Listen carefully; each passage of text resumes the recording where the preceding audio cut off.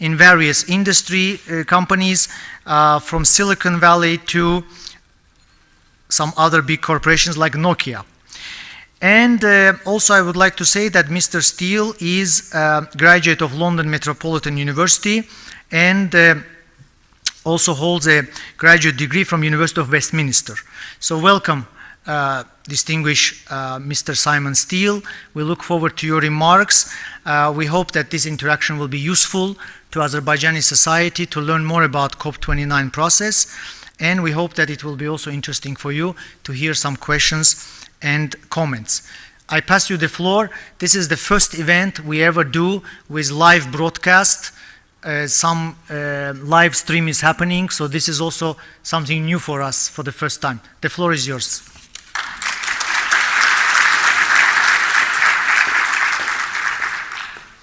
Thank you very much, Fariz. It is a pleasure to be here in Baku as preparations begin for another UN Climate Conference, the 29th. I again offer my congratulations to the government and people of Azerbaijan. It is both an honor and a huge undertaking and responsibility to serve as host and presidency designate of a COP. I've been encouraged by the constructive and thoughtful discussions we've had so far this year, in particular in recent days here in Baku. A willingness to take on the hard work of driving large-scale change is absolutely essential, because the time has passed for business as usual in all aspects of the world's climate fight. So today, I'll take a different approach in this lecture. I want us to start in 2050, imagining that what the world will look like if we do succeed in both limiting global warming to 1.5 degrees Celsius and protecting all peoples from climate change impacts. Of course, it will not be a utopia, and there is a potential extinction to contend with. But I'll come back to that later. In this vision of success, global energy systems are at net zero emissions. Countries, or at least regions, will largely be energy self-sufficient. Renewables have made energy accessible, affordable, and predictable for all. That means we avoid the shocks and inequalities that have shaped economic trends and conflicts in the past. The global financial system has prioritized human well-being over servicing only the bottom line. The trillions previously spent on fossil fuel subsidies are available for better purposes: healthcare, education, safety nets for those who fall behind. Our resilient societies have moved from an extractive to a regenerative relationship with nature. It's no longer medically hazardous to go outside in major cities due to air pollution. Millions of lives are saved each year as a consequence. 25 years of building investments in climate resilience and adaptation, changes in agricultural practices, and harnessing nature have blunted the damage to people and property from the extremes of climate events. You don't need to be a fortune teller to see that the multi-decade decarbonization journey will be among the greatest global economic transformations of our age. In full flight, it will be comparable in scope to the Industrial Revolution or the advent of the digital economy, meaning it's also among the greatest commercial opportunities of our age. And if we get the transformation right, it will be the advent of profound societal changes and real-world benefits for the 9.7 billion people expected on our planet in 2050. I want to make one thing clear. This vision is not bright-eyed wishful thinking. It is reflected across the full gamut of the Paris Agreement, and agreements negotiated line by line, word by word, comma by comma, at subsequent UN climate conferences. It is neither utopian nor dystopian. It is utilitarian, pragmatic, and achievable based on existing but not yet fully scaled technologies and implemented policies. So let's work our way backwards. We're now in January 2030. The country progress reports, formerly referred to as biennial transparency reports, show global emissions have been reduced by 43% by 2030. They also show the emission curves can be bent further downwards where gaps remain in implementation, particularly if support continues to ramp up. Renewable energy is abundant and affordable, including in developing countries, delivering fully on the COP28 agreement to triple renewable energy. Record investments are going into national and regional grids, and demand-side solutions to drive investment certainty. A fair price on carbon, traded globally with integrity, is further driving investments towards renewables, supercharging innovation. We've broken the investment cycle in fossil fuels. Economies have diversified.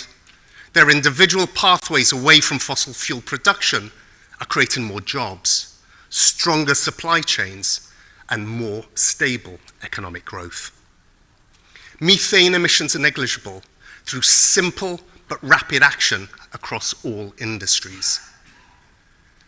Billions more people have the practical tools to adapt and withstand climate impacts. Early warning systems have covered all people on Earth since 2027.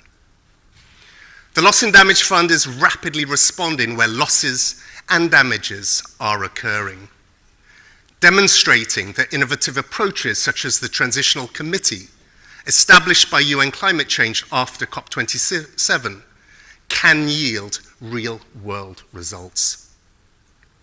Now move your imagination with me to the closing plenary of COP30 in Belém, Brazil, where we celebrate having secured Mission 1.5.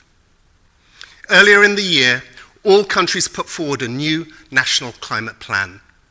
These nationally determined contributions, or NDCs version 3.0, are markedly different from those that went before.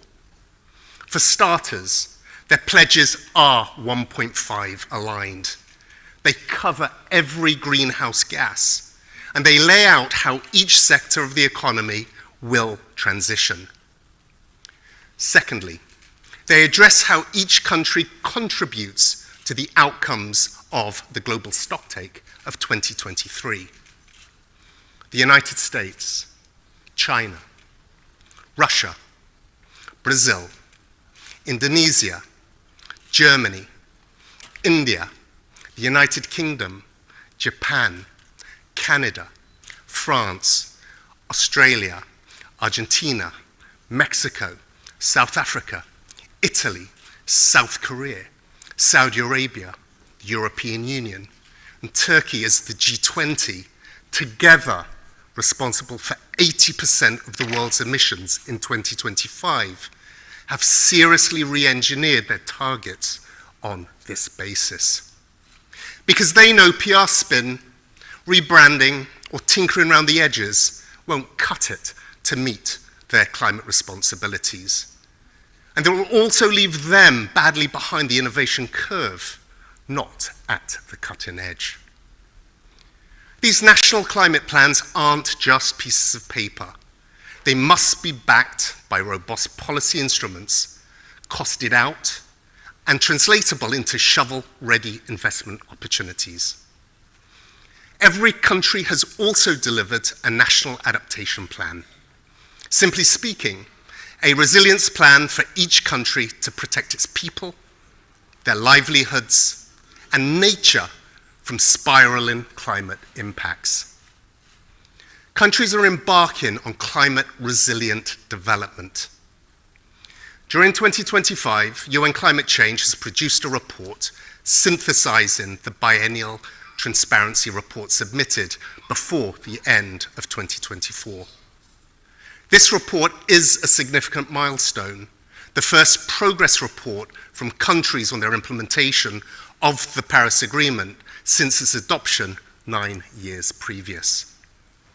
It demonstrates that the implementation gap is just as important as the ambition gap and shows a critical role of international cooperation in closing it.